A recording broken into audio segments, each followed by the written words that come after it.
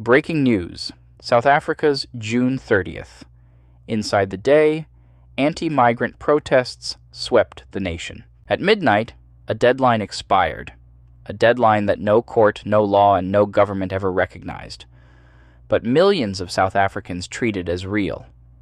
Tens of thousands of undocumented foreigners were given until June 30th to leave the country, or face the consequences. Today, that deadline arrived. Marches erupted in 9 provinces.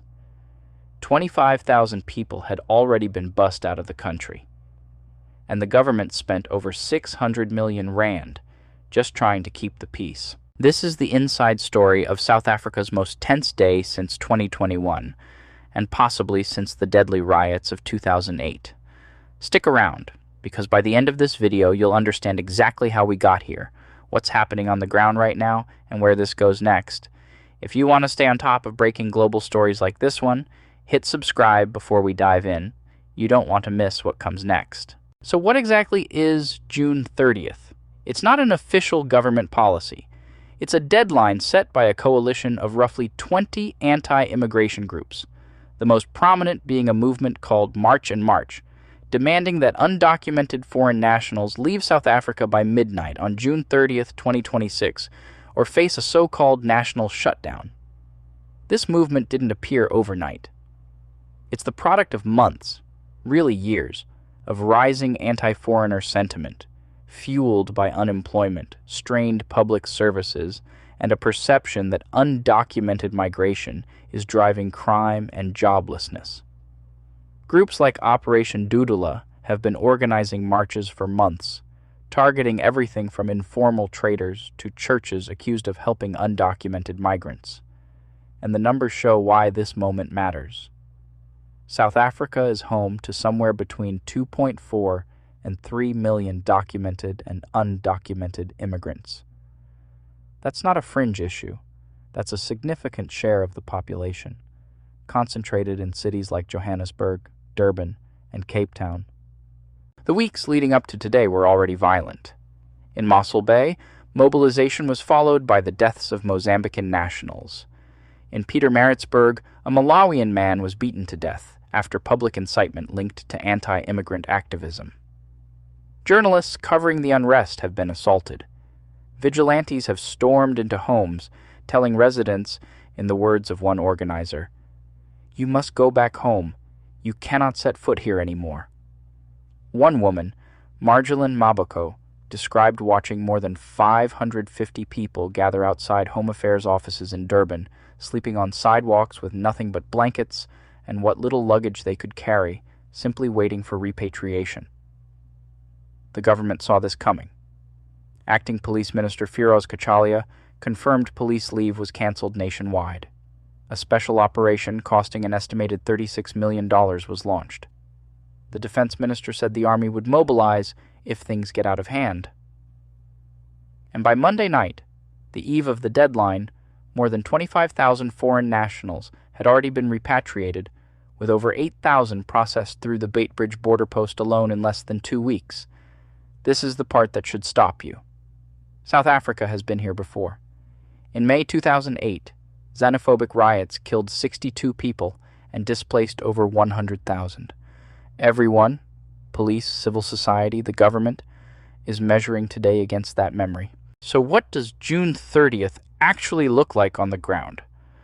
Marches kicked off across the country starting Monday night into Tuesday morning.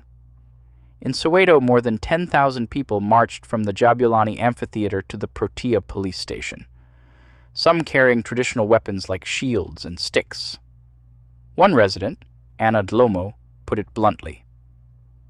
"We are losing our children to Nyaope and unemployment, while government fails to protect us from illegal immigrants." In Durban, the main march stretched from King Dinuzulu Park all the way to South Beach Point Police Station. In Bloemfontein, 2 separate marches converged on the Department of Home Affairs.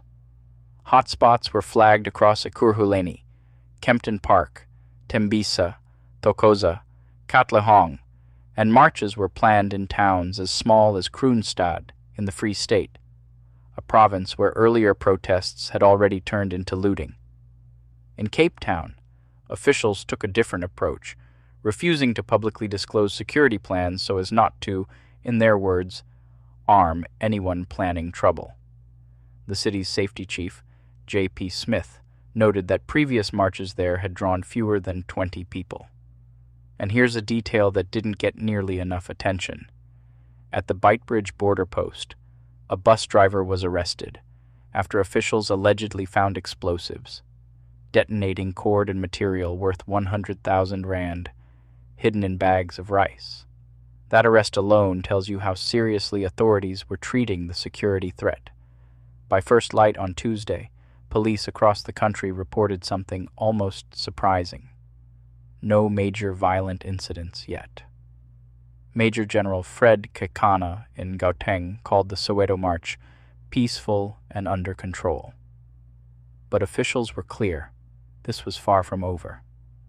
Let's talk numbers, because they show the scale of what's unfolding. Between June 22nd and 28th alone, before the deadline even hit, police arrested over 15,000 people nationwide. That includes nearly 2,900 foreign nationals for immigration violations, but also 146 people for murder, 111 for rape, and over 1,100 for assault. More than 100 unlicensed firearms were seized in that window alone. Since March 1st, authorities have recorded at least 103 cases of anti-immigrant violence, resulting in 195 arrests, and deportations overall have surged 46% in 2 years, from just under 58,000 removals to over 109,000. One platform that's tracked xenophobic violence since the end of apartheid in 1994 has logged 698 deaths linked to xenophobic incidents, and more than 570 of those happened after the 2008 riots. That statistic alone shows this isn't a new crisis. It's a long simmering one that boiled over today. President Cyril Ramaphosa has publicly welcomed assurances that the protests would stay peaceful, warning that violence would not be justified under any circumstances.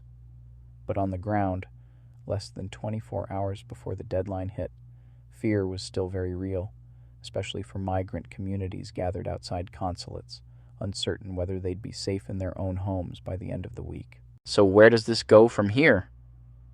Experts are split.